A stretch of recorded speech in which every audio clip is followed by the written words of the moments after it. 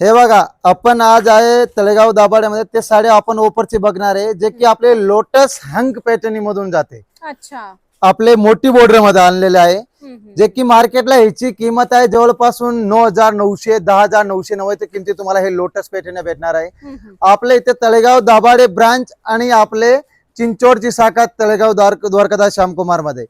ते ब्रांच, दोन्ही ब्रांच मध्ये मात्र ही साडी 7,190 रुपयाला किमती मला भेटणार तुम्हाला.